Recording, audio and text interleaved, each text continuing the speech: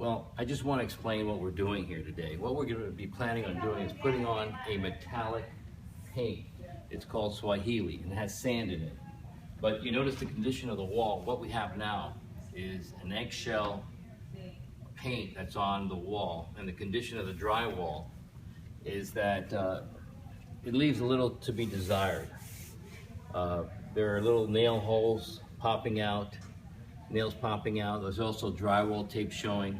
So what we're going to do is I sanded the walls lightly, but now I'm going to go back and just touch up some of the drywall.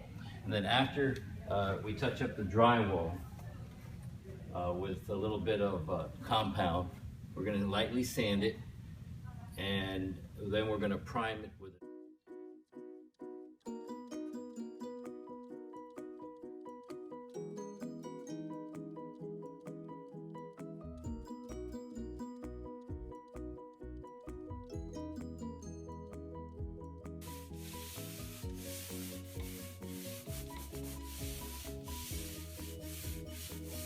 So what we're doing is I'm going ahead of Cindy and I'm laying the material on, the primer on, and then she's following me with a trowel, one of the forensic color trowels.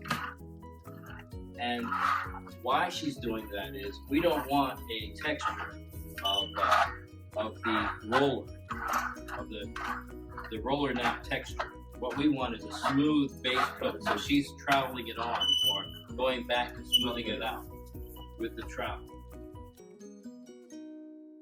Novolux primer is actually a very thick acrylic paint.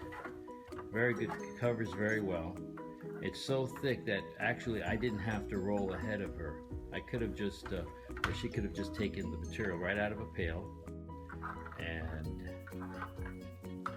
laid it on the wall. Now, the secret though to a good job is to tint that base coat.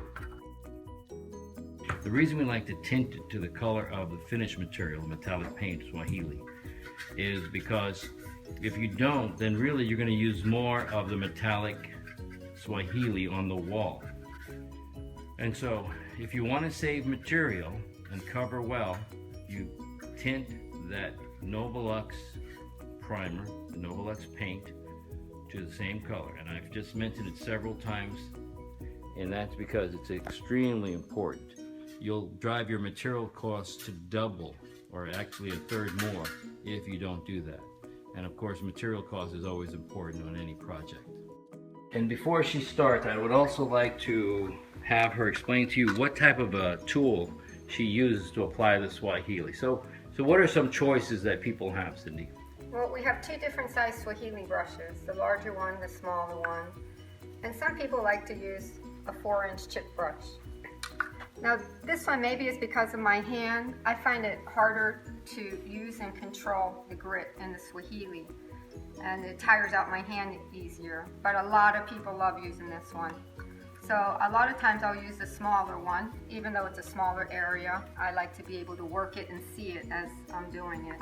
And even sometimes I like using the 4-inch chip brush to also help. It works for me. I'm going to now prepare her product to get started, and she's going to first test out the material.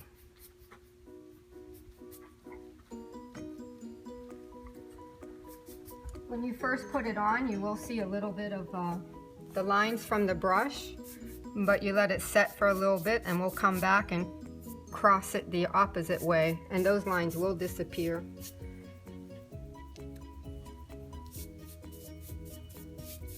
So you can put it on kind of generously, but not too generously because you don't want to have too much of the sand in one area. So am I correct in saying that you can just move that sand around to give it the design wherever you want to put the sand? Yes, you will. You need to just let it sit up just a little bit before you do that. And you can always go back and add more into an area if you decide you want more. So I'm crossing over, going the opposite way I did before, so I don't see the brush strokes. And it moves the sand and gets rid of up here I just had lines.